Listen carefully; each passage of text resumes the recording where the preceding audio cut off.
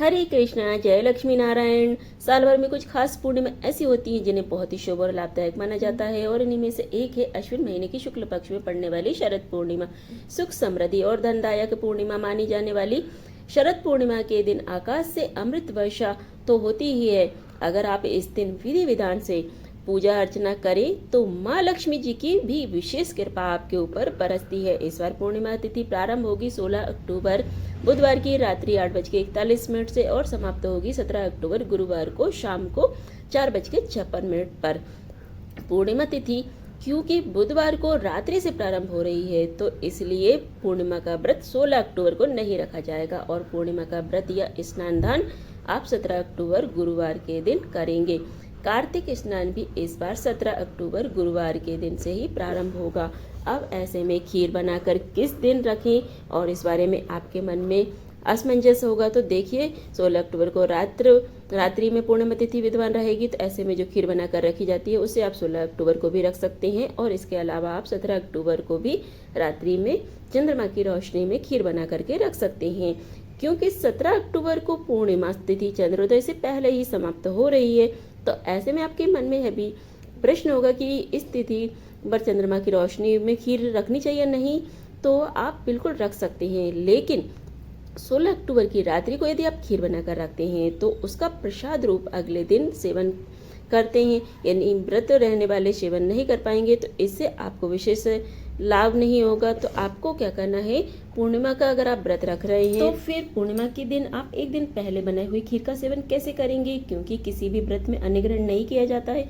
तो ऐसे में आप शरद पूर्णिमा की रात्रि को मखाने की, लौकी या फिर ड्राई फ्रूट्स की खीर बना करके रख सकते हैं। इसके अलावा आप दूध या दूध से बनी मिठाई भी रख सकते हैं या फिर आप दही भी रख सकते हैं जिसका सेवन आप अगले दिन पूर्णिमा की पूजा करने के बाद प्रसाद रूप में कर सकते हैं। इसके लिए आप शरद पूर्णिमा की रात्रि को गाय के कच्चे दूध से बनी खीर बनाएं। जब खीर तैयार हो जाए तो उसे ठंडी कर लें और उसे इस तरह से छत पर, बालकनी में या फिर जहाँ पर भी चंद्रमा की रोशनी पड़ती है वहाँ पर आप उस जगह पर अच्छे से ढक करके रख दें। संभव हो तो घर में चांदी या स्टील का बर्तन है आप उस खीर को रखें।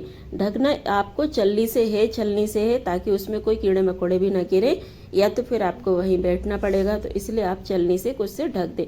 उसमें कोई भी चांदी की वस्तु डाल दें या अगर आपके पास चांदी के बर्तन नहीं है तो या चांदी के बर्तन है तो आप उसमें भी रख सकते हैं।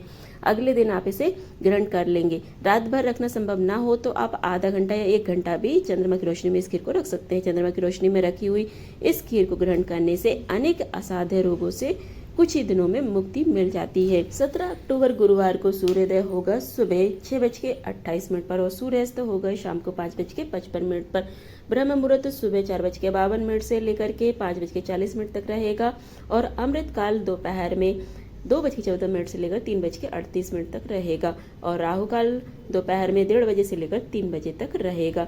शरद पूर्णिमा के दिन पूजा के शुभ मुहूर्त इस प्रकार से हैं, जिसमें सुबह की पूजा का शुभ मुहूर्त सुबह 5:08 से लेकर 6:23 तक रहेगा और शाम की पूजा का शुभ मुहूर्त जो रहेगा वह 5:49 से लेकर 7:05 तक रहेगा। अभिजीत मुहूर्त जो रहेगा जिसमें आप सत्यनारायण भगवान की कथा पढ़ या सुन सकते हैं वह 11:49 से लेकर 12:35 तक रहेगा और गोधूली बेला का जो समय रहेगा वह शाम को 5:49 से लेकर 6:14 तक रहेगा।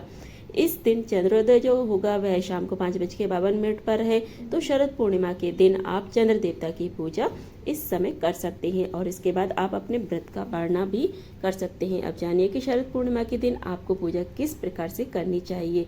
शरद पूर्णिमा के दिन प्रातःकाल स्नान करें या यदि स्नान करना आपको किसी नदी तालाब में जाकर स्नान करना संभव हो तो आप वहाँ पर जाकर कर सकते हैं, नहीं तो आप अपने पानी में गंगा जल डाल करके पवित्र नदियों का ध्यान करके भी आप कर सकते हैं। इसके बाद आपको घर के मंदिर की साफ सफाई करना है। एक चौकी पर सफ़ेद या पीला वस्त्र बिछाएं। पूजा करने के लिए किसी मिट्टी या धातु का कलश रखें, उसमें जल भर करके उसको चौकी पर स्थापित करें। कलश पर आम के पत्ते या सूख के पत्ते रखें, ऊपर नारियल रखें। यदि नारियल ना हो तो आप कलश के ऊपर दीप जला करके भी रख सकते हैं। अब कलश के पास ही आप चंद्रमा की प्रतिमा या तस्वीर रखें। यदि प्रतिमा या तस्वीर ना हो तो आप अक्षत से भी चंद्रमा की आकृति बना सकते हैं।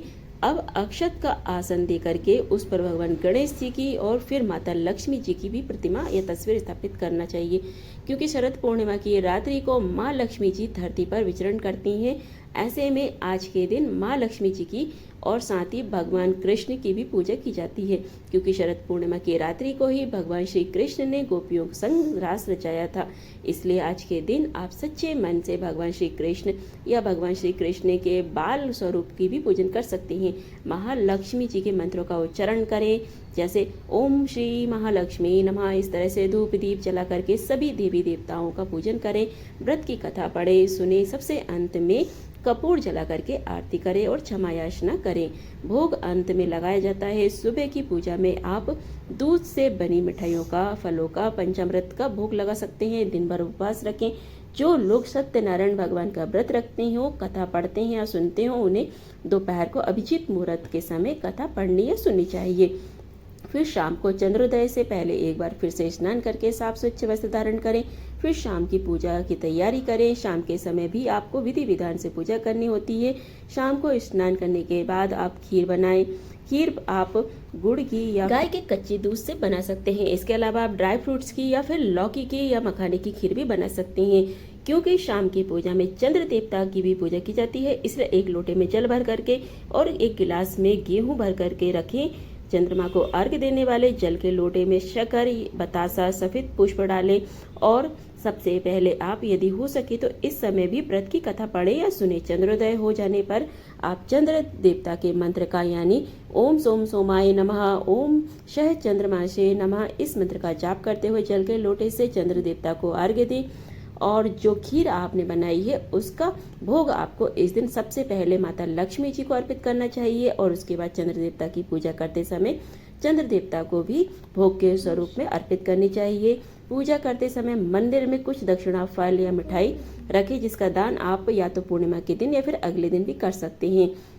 इस प्रकार चंद्र देवता की पूजा करने के बाद आप फलाहार ग्रहण करके अपना उपवास खोल सकते हैं। शरद पूर्णिमा की रात्रि को खीर बना करके उसे खुले आसमान के नीचे रखें ताकि चंद्रमा की किरणों उस पर पड़ सकें, क्योंकि ऐसा माना जाता है कि आज की रात चंद्रमा से अमृत की वर्षा होती है, जिससे खीर में दिव्य गुण आ जाते हैं। चंद्रमा की रोशनी में रखी गई खीर को एक बार पहले भगवान को भोग लगाया जाता है, बाद में उसे प्रसाद रूप में सभी लोगों में बांटकर स्वयं भी ग्रहण किया जाता है। आप इस खीर को अपने घर की छत या आंगन में जहाँ कहीं भी चंद्रमा की रोशनी आती हो वहां पर रख सकते हैं। ध्यान रखें कि खीर को धूल, मिट्टी या किसी भी प्रकार की गंदगी से बचाने के लिए साफ जगह पर ही रखें। खीर को किसी बर्तन से ढकना नहीं चाहिए, क्योंकि ऐसा करने से चंद्रमा की किरणें खीर पर नहीं पड़ेंगी। खीर को खुला भी नहीं छोड़ना चाहिए, तो इसमें कीड़े गिरने का डर रहता है। तो ऐसे में आप खीर को किसी छलनी या फिर किसी महीन कपड़े से ढक करके रख दें ताकि चंद्रमा की किरणें उसमें प्रवेश कर सकें। चंद्रमा की किरणों से भरपूर खीर ग्रहण करने से पहले पूजा पाठ या फिर जागरण करना शुभ माना जाता है। पूजा और ध्यान के साथ ही रात भर जागरण किया जाता है, क्योंकि ऐसा माना जाता है कि इस रात को माँ लक्ष्मी जी घर पर आकर देखती हैं कि कौन कौन जाग रहा है, और इसलिए शरद पूर्णिमा को कोजागर पूर्णिमा भी कहा जाता है।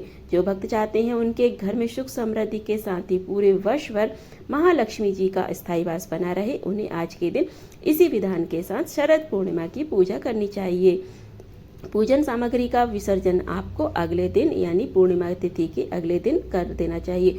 जो भी चौकी आपने लगाई है उसे आप विधि विधान से हटा लें। जो पुष्प आदि अर्पित किए हैं उनका विसर्जन कर दें, और जो दक्षिणा या गेहूं आपने मंदिर में रखी हैं, फल मिठाई रखे हैं, उन्हें किसी सुपात्र को आप दान कर सकते हैं।